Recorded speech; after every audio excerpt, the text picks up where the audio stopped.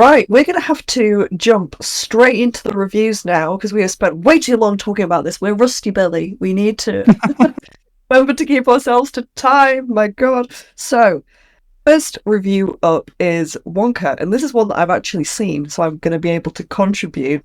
So, Wonka is the prequel, kind of, to Willy Wonka and the Chocolate Factory. I'd say that it's probably more of a prequel to the Gene Wilder version. Was it 70s that film came out? I want to say it's 1978. It's definitely the 70s. Yeah, 70s, the 70s classic. One of my favourites, actually, as a kid, was that Willy Wonka, although it is terrifying in its own way. Um, what were your thoughts on this? Because I am divided. Oh, I am. It's nice to know we are in agreement on our ambivalence towards this. So, the most potentially deal-breaking aspect of Wonka is kind of the central performance itself, because when you're trying to conjure an at least serviceable take on an established character, embodied as shiveringly, marvelously as Gene Wilder did Willy Wonka, it's going to be a very tall order anyway. And Johnny Depp was, there's not much competition there. He was kind of cold and pointed and sugary, pun very much intended, and without any of the whimsy or weariness teetering on the edge of insanity that Gene Wilder brought. So his performance was a little bit off-putting, but to try and do Gene Wilder is like borderline impossible. In the case of Timothée Chalamet, who I'm a big fan of generally, I know you're not quite as deep on the hype train as I am, but I was rooting for him to do well, and I thought he was decent overall. I mean, he's a competent singer and dancer with his usual boatload of charisma. His vocal tone, I don't think, is especially unique or powerful, but it does the job just fine. I think he sells the young, almost naive optimism and kind of bright-eyed confidence of Willy Wonka kind of coming to this city to sort of set up his sort of chocolate-making dynasty and empire well. But if I'm being honest, through a lot of his kind of performative speech patterns and really theatrical line delivery, it kind of read to me like a very seriously and commonly like brooding dramatic actor trying to play upbeat and not quite completely fitting into it and seeming completely natural. It felt a little bit awkward. Like some kind of, hey guys, I'm Willy Wonka. Like it felt quite put on. Like it didn't always feel like it was, it felt like he was performing rather than kind of fully, inhabiting the character. But he did bring an earnestness to the role that I think you can get on side with. What were your thoughts on his performance? I liked him. I liked him more than I thought I would, to be honest, because I remember when I heard about the casting and I was like, wait, really? And I was pleasantly surprised. I was pleasantly surprised by the fact that he could sing as well as he can. I quite enjoyed some of the songs. I can't remember a single one of them, but I quite enjoyed them while they were happening in front of me. I've got that written down, actually. I did. I appreciated his charisma. The one thing that bugged me is that kind of over-optimistic. This is more of a writing thing than a his performance kind of thing. But it was okay. The actual story of Willy Wonka and the Chocolate Factory, or Charlie and the Chocolate Factory, is kind of creepy. It's a fable. It's about like not being too greedy. It's about like not having things in excess and things like that. And there's a bit of that here, but that darkness is kind of missing, and I think that really shows in his character actually, where he's too whimsy. And I didn't quite. I thought that because it was a prequel, we were gonna understand why he would put the children through the kind of torture that he does through the chocolate factory. I thought we were going to get a glimpse into that kind of darkness. He's almost a bad fairy in the book and the original films, which is like that Gene Wilder kind of sinister. Like it's wonderful and it's amazing, but he's a mad scientist at the end of the day, and. There was that, it was just something didn't quite connect for me, where because he was so chipper and kind of false all the time, I thought we were going to get to something a bit deeper, and we never really did.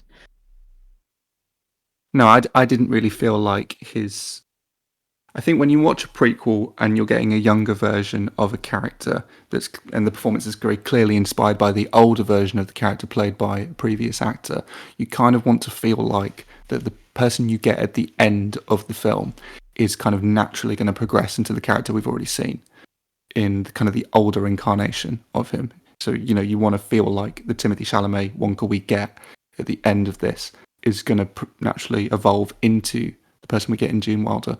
And I don't really see that personally. I think that connection is kind of tenuous, even if some of like the performative aspects of his characterization of Wonka does kind of remind me of, to a certain extent, of some of Gene Wilder's affectations, although not nearly as, attention grabbing and magical. Just while we're on the topic of the story, I felt like Wonka's kind of suffered from two main issues. And I thought at the time it was kind of fairly good at building up a story and world that kind of contextually fit the Wonka universe of kind of magical chocolate making. But afterwards, the more and more I thought about it, the more uninspired the framework of the narrative began to look. Like this device of being inadvertently trapped by a villain and forced to repay a debt that can then be escaped with a get-rich-quick scheme based around, the protagonist's main talent. The rival competitors who are scared by the protagonist's talent and intimidated, and they're trying to silence him for their own sort of greed and excess.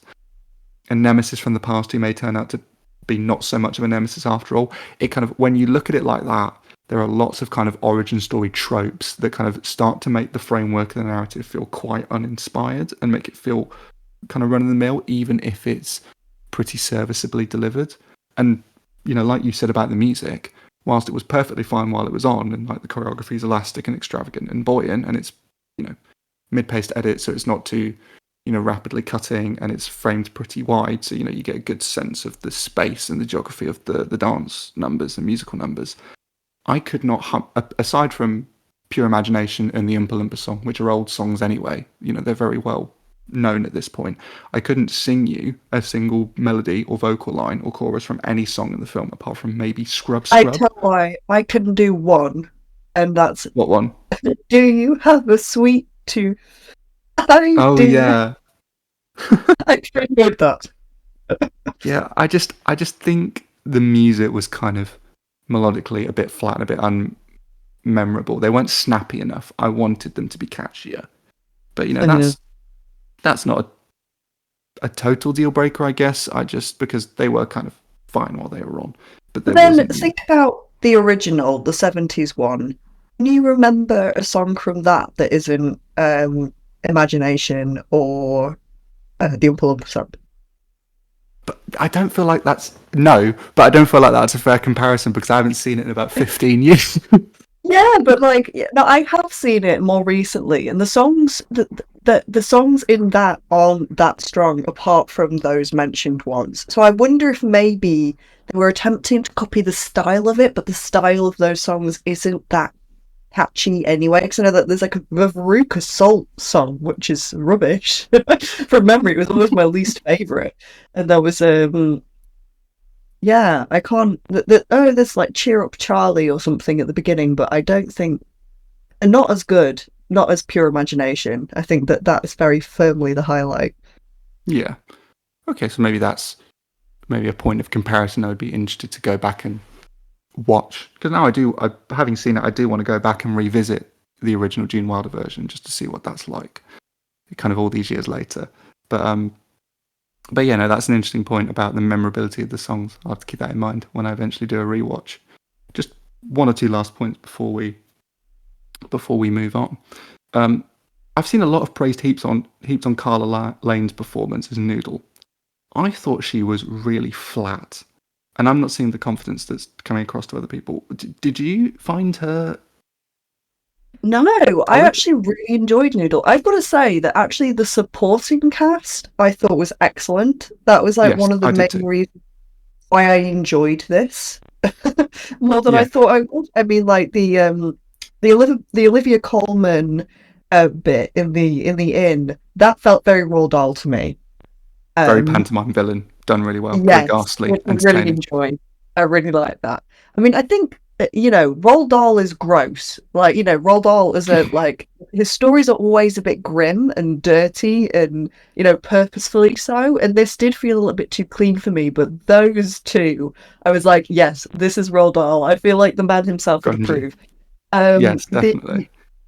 I like the characters that were scrubbing down below that they trapped. It Yeah, was so, absolutely. I wasn't expecting it, but I liked them all. I enjoyed them.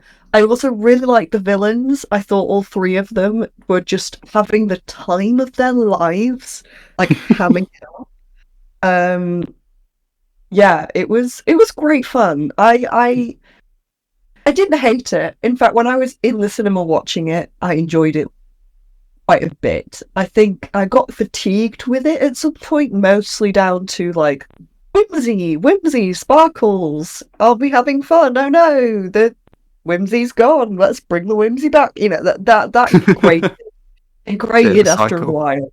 Yeah. But I did enjoy the supporting performances. I think they Yes. really made the film. That's There's a what lot. makes it watchable to me. Yeah, there's a lot of great, recognizable, prestige British talent that are on display here, giving like really solid work. And then there's Hugh Grant, Oh my god, Hugh which Grant. I just, I know we'll need to wrap this Wonka review up very soon, but I can't let this go without saying that it's easily one of the most unintentionally hilarious and bizarre performances of the year. Him playing the Oompa Loompa, because and it's a really bizarre, it's a really strange situation because it's hard to actually seriously critique the performance, because what you're essentially being presented with is this distractingly shoddy CGI job that's obviously not helping his performance anyway. But then you've also got, this is combined with a performance where it is glaringly, and I mean glaringly obvious, that Hugh Grant wants to be anywhere but this film. He's just got this expression of like perpetual irritation throughout the entire film. It's like every single line he delivers is giving him indigestion. It's actually acting in this film is like a painful experience for him, and it actually like made me die in so many scenes. Like when he starts dancing and he just looks furious with Timothy Chalamet. I'm just like, this is too good to be true. It is. It is truly. It's like a child having a tantrum, but like knowing he has to do his homework anyway. It really is like that. Oh my god. Yes, but you know what? I'm glad that it exists out in the world. The memes have been The memes, glorious. fine. Indeed, When indeed. you sent me the gif of him doing the dance and I'd forgotten about his performance, kind of slightly purged it from my mind. It brought back a whole boatload of comedy that I did not know I needed that evening. So thank you. It's Well, you're welcome.